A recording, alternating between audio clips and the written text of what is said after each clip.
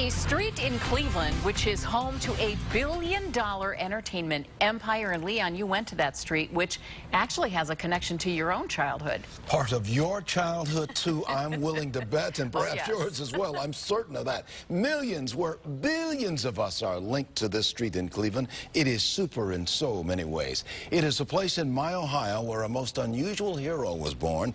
Daily, he saves the people who are in every kind of trouble that you could think of.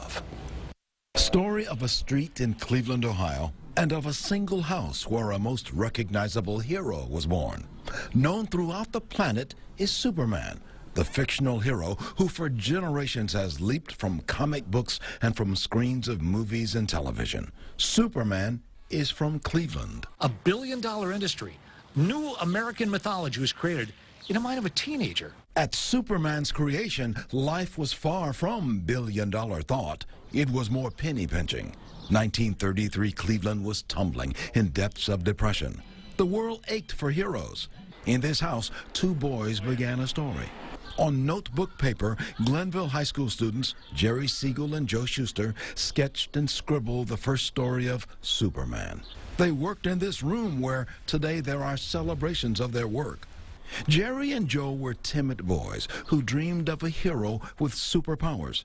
Their homemade comic strip caught eyes of a comic book publisher at a time when money was scarce and depression was worldwide. When you're offered a contract and you're going to get $10 a page for 13 pages and a contract to do the strip after that, it'll look like a pretty good deal. Mike Olszewski of the Siegel and Schuster Society celebrates memories of the boys who grew into adulthood and prominence. Their supermen took them there. 50 years later, long after Siegel and Schuster had moved away, enter Jefferson Gray. Unaware of what had gone before, a half-century earlier, he bought the old Siegel house. No, we didn't know anything about how we just bought it. We were looking for a house for our family. No idea. Eventually, Superman was tracked back to the Siegel house and to where co-creator Schuster lived around the corner. Schuster's house on Cleveland's Amore Avenue is gone, but the boys' first published strip is displayed on that site. Superman used his unearthly strength. Years later on nearby Kimberly, Jefferson Gray found the strength himself, turning his house into a Superman tribute.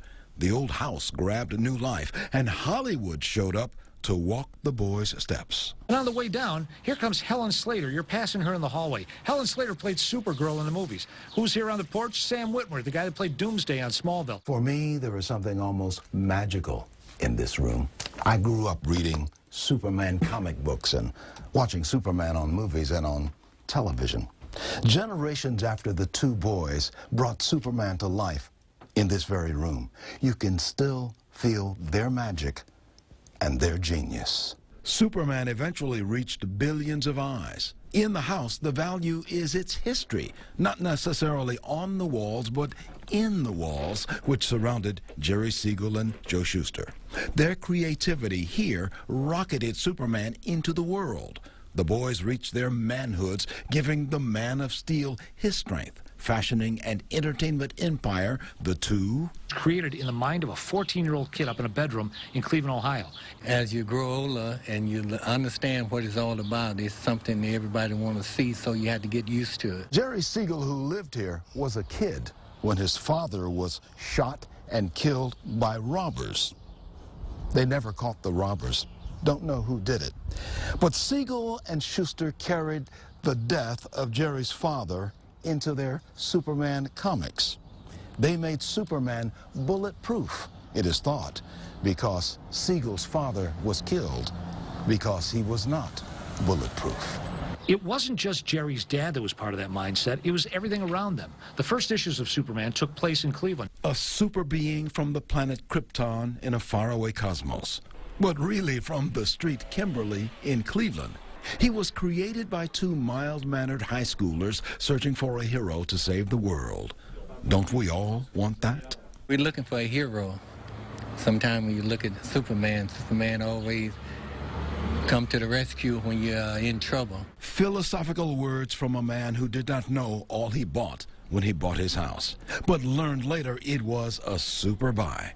Jefferson Gray and others transformed the house into tribute for three: Siegel, Schuster, and Superman. Siegel and Schuster still live here, in that their spirits still hover here. They were two Cleveland kids who searched for a hero and found him, but only when they tapped into themselves and touched their own creativity. By the way, Clark Kent, the mild-mannered reporter, is the disguise Superman uses until Superman is needed. Clark Kent is a reporter for the Daily Planet newspaper.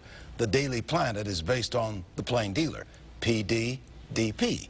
Interestingly, if you rearrange the letters in Plain Dealer, you can almost write Daily Planet. Schuster died in 1992, Siegel in 96, but what they created lives on. Wow. That's That's remarkable. awesome. Yeah.